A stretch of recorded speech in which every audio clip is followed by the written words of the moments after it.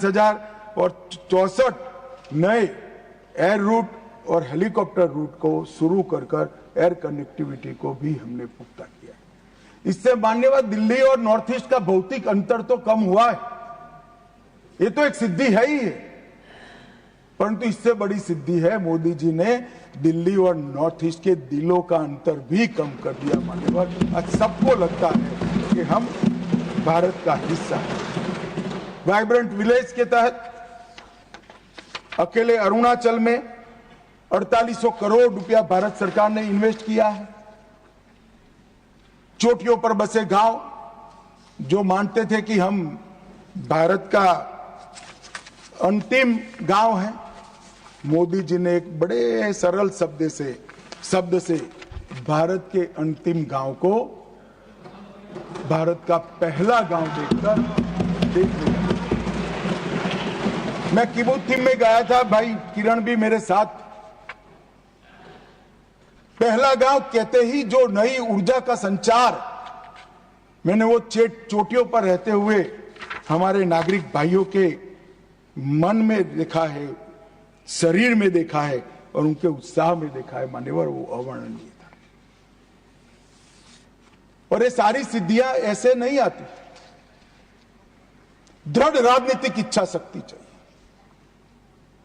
Vote bank की चिंता करे बगैर कठोर फैसले लेने का मादा चाहिए और देश की समस्या ही का निवारण ही अपना लक्ष्य है, इस दृष्टि से काम करने की नीति चाहिए। इसके साथ साथ मोदी जी ने आतंकवाद के खिलाफ जीरो टॉलरेंस को धार देने के लिए कानूनी आधार भी बड़ा मजबूत किया। 2 अगस्त 2019 में एनआईए एक्ट में संशोधन कर नए अपराधों को समाये, विदेश में भी जांच का अधिकार मिला, यूएपीए में भी संशोधन कर दिया गया, आतंकवादियों की संपत्ति जब्त करने का हमें अधिकार मिला, व्यक्तियों को भी आतंकवादी घोषित करने का अधिकार मिला, डी रेडिकलाइजेशन के प्रयासों को भी कानूनी ताकत देने का काम हुआ, मैक को रिवैम्प किया गया, मैक के अंदर साइबर सुरक्षा, narco terrorism, gun running, organize crime और उभरते हुए कट्टरवादी हॉटस्पॉट मैक के रिपोर्टिंग का हिस्सा बनाए गए, नेशनल मेमोरी बैंक बनाया गया और नए जो संशोधन करे, मुझे बरोबर याद है कि दिग्विजय जी कहते थे इसका दुरुपयोग हमारे सामने होगा। दिग्विजय जी, आपके सामने नहीं हुआ। जब मैं एनआईए का संशोधन लेकर आया तब मुझे बरोबर याद है दिग्विजय सिंह कि इसका दुरुपयोग होगा, आपके सामने नहीं हुआ। हमने 57 आतंकवादियों को आतंकवादी घोषित किया, जिसने देश की सर्वोच्च अदालत ने मान्य किया। 23 संगठनों को मान्य, हमने अनलॉफुल एसोसिएशन घोषित की और मैं आज गर्व के साथ कह रहा हूं 19 से 24 के बीच में हुर्रियत के सबसे सीरियस टाइप के 14 ऑर्गेनाइजेशन आज 14 के 14 बैन कर दी गए। मान्यवर, हुर्रियत का अस्तित्व जिस हुर्रियत के साथ एक जमाने में बातचीत करते थे, पाकिस्तान के बातचीत करने के लिए मीडिएटर बनाया था, आतंकवादी संगठनों से बातचीत करने के लिए, वो हुर्रियत को हमने समाप्त कर दिया, जमीन के अंदर काटने।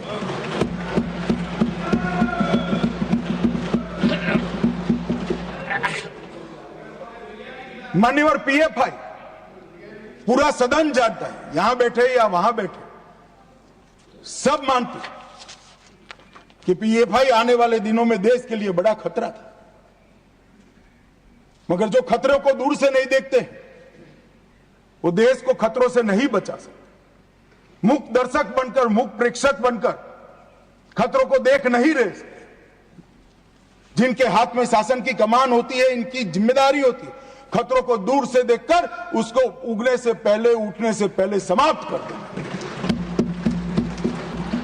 हमने पीएफआई पर बैन लगाया, एक साथ देश के 24 राज्यों में रेड डालकर पीएफआई के एक एक बंदे को उठाकर जेल की सलाख होकर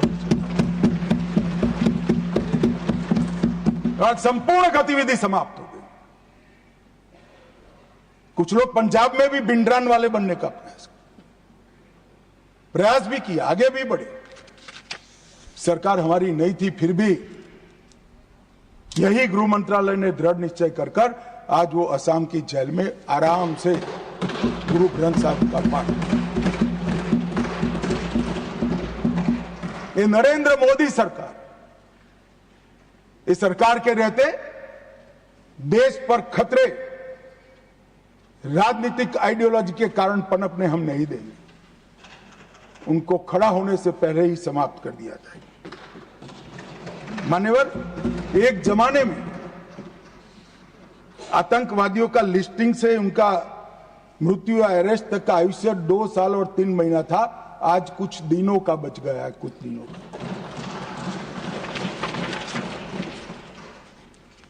हमने 15 सूत्रीय इंटीग्रेटेड योजना बनाई जिसमें जिहादी